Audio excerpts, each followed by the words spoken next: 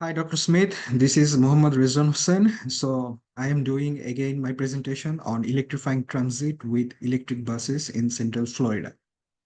So, so let's go to the objective. So I have only two objectives, only two, which is performance evaluation and transit optimization.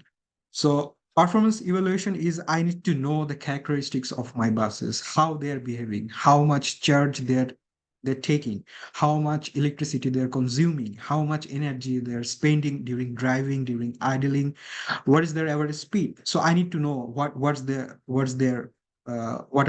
they doing, and based on that, I can go to an assumption or conclusion that this bus is performing better. So this is my best bus, and this bus is performing worst. So I'm not going to use that in the longer route. So based on that, I'm going to do the transit optimization, which is route planning.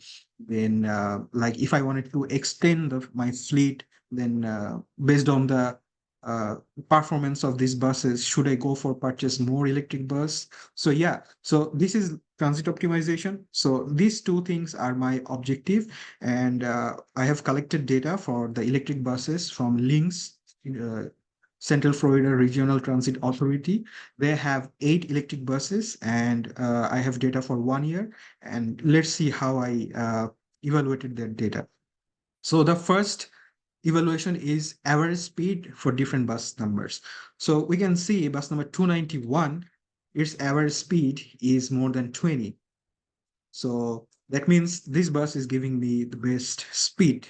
So also bus number 296, 297, they're good. But bus number 293 is less than 15. That means it's most of the time it goes slow, or it's traveling in that route where there's much congestion. So next part is overall consumption for different bus numbers. So overall consumption is a ratio. We can call that efficiency for electric buses, which is like per kilowatt hour, how many kilometers it runs. So we can see bus number 291 it has the highest efficiency. That means this bus take more energy to drive per kilometer. So it takes like more than 1.5 kilometer to run per kilometer. So here bus number 290 is performing better. So yeah, let's move on. We can see the energy consumption driving. So energy consumption driving is the total amount of energy required uh, to to drive for per day. So here we can see bus number 291 is taking more energy, almost 200 kilowatt hour. And here distance driven for is like 291. Wow. Now we can see, now it makes sense that this is taking too much energy because it's driving, its distance covering is high. Really? So yeah, we need to take a deep look on that. Is it really for that? Also for bus number 296, 297, they're showing similar type of attitudes here. So now energy regeneration. Oh yeah, one of the cool thing for electric buses is to regenerate energy. So when the drivers put on brakes during driving, so the thermal energy converts into the uh, stores the energy. So that's why it regenerates the energy, and we can see the energy regeneration rate is good for bus number 291, 296, and 297. Yeah, okay, that's good. So now let's talk about the energy consumption idling. So what is energy consumption idling? So when the bus is not moving, it's totally stationary, we call that idling. It stopped for taking passengers, we call that idling. So idling, how much energy is spending idling? So bus number 291 spends most of their energy in idling. So it's almost more than 50 kilowatt hour. Yeah, that's scary. And bus number 290 and 293, they are performing better here in this category. So now SOC idling for different bus numbers. So what is SOC? SOC is state of charge. So let's think about our phone and its battery percentage. So when we put it in on charge, when it full charge, it's 100%. And when we use the phone, it's gonna deplete the charge. So electric bus have similar type of characteristics. So when they are depleting in idling, we call it SOC idling. And when they are depleting their energy during the time of driving, we call it SOC driving. So SOC idling, we can see bus number 291, they're like the highest. And for SOC driving, 291.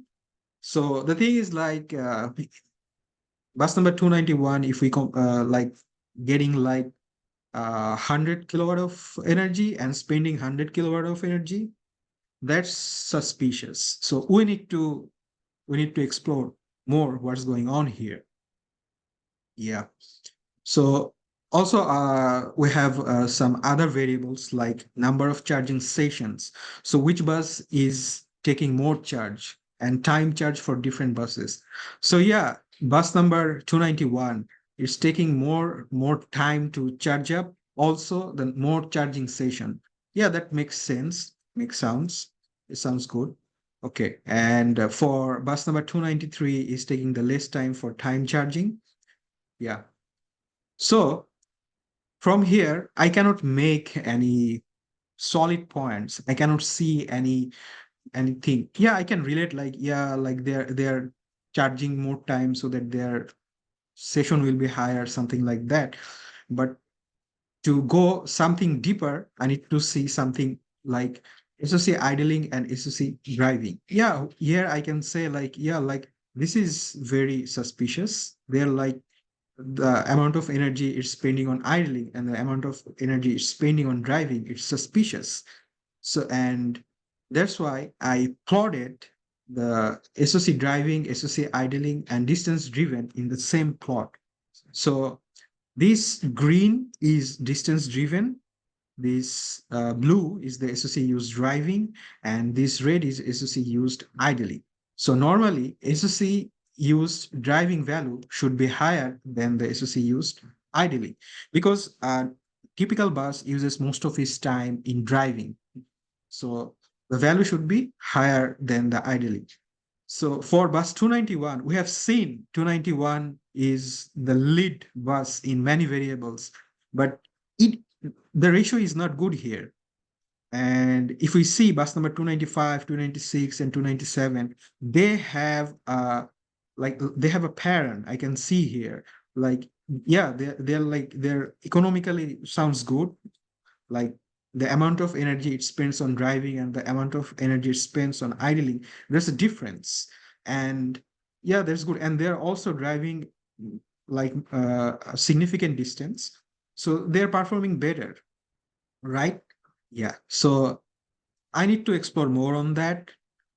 And that's why I did some models, and I also based on the MEC value and R squared values, I choose random forest models because of its lowest mean square error value and the highest R squared value. Like this combination is good for modeling, and this is my energy analysis. So what does it mean?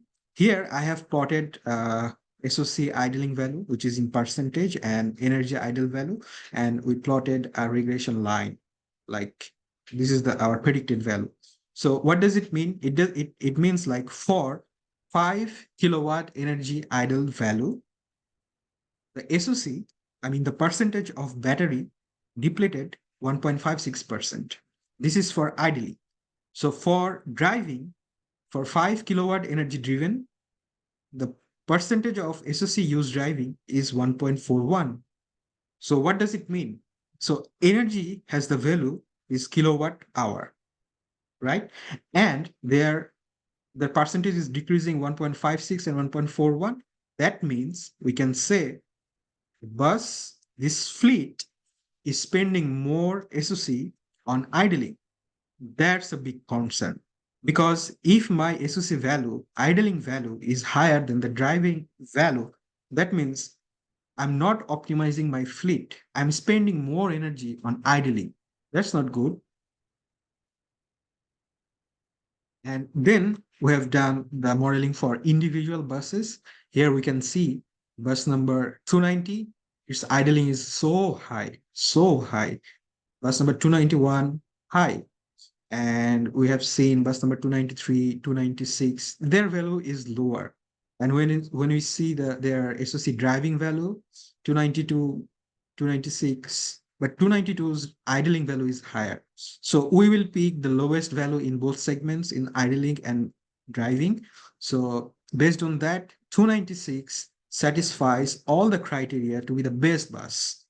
So from here, I know which one is my best bus and which could be my worst bus. So bus number 295 looks like the worst one. So I'm never gonna put the worst bus in the longer routes. And I'm never gonna put the best bus in the shorter routes, right? Yeah. So that's how I optimize my route planning. And then this bus, I need to take this bus in the maintenance mechanic shop to see if it's working or if it's is it okay or not. Something is something bad happening with my bus. Yeah. So that's how I will like do the performance evaluation. Then I have also done the dimension reduction. So how do I do that? So here, as you can see, this is a script plot. It's telling that I have 24 features and I have like squeezed my features into two principal component. I'll make fitting like a principal component model where all the like it can catches all the variability of my target variables. So yeah, that's what actually dimension reduction is like the squeezing the data. Like I have a very broad data and I would like to squeeze the data. So for dimension reduction, first we have to know how many cluster or how many variants we are going to do. For that, we are looking for elbow. So here we can see like 4, 5. It's kind of like they're making an elbow. So 4, 5 is fine. So, and also we can see principal component one. All of these are like positively correlated with the principal component one, the target variables. And yeah, it's good. And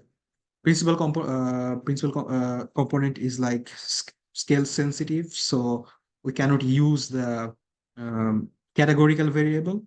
So since all of my 24 variables are like continuous variables, I have a problem like fixing with a categorical variable. So I created a new variable. I call it service. So when the bus is running, it's in service. When it's not, it's not in service. So as you can see, my target variable is 0 and 1. So only two type of values, two targets, in service or not in service. And I can see a pattern here, a clear pattern. So these are not in service and these are in service. So the reason for not in service is because like I have 1 year data for 8 buses and all the buses are not running every day. So some buses have some problems, so they need to keep it rest or need to see the mechanics. Then I think like, yeah, like this looks good. Now, why shouldn't I make a scatter plot of with my 8 buses? So I put the bus number in the target variable and I see this is like a hodgepodge and I couldn't figure out anything. So yeah, and there's these are from Facto Extra package, and there's a lot of way to like make it the group to get making group. Like when it comes to cluster or dimension reduction, I always remind like birds of same feather flock together. So here, this is for service categorical variable. It looks like, yeah, the grouping is good. Two colors. This is deep and this is light, and this is for 8 buses. This is not like birds of same feather flock together, like spies are here and there. So we need to be careful about that. So I did also clustering. So as I seen the cluster value 4 or 5, there's a lot of ways to how many clusters we are going to do, like silhouette package uh, and other packages. So I have put here 4 clusters. You can see 4 patterns here, and then I put like 5 cluster, and it turns out that in 5 cluster, it's clearly visible the 4 clusters, 1, 2, 3, 4. So the fifth cluster is like too much random, too much scattered.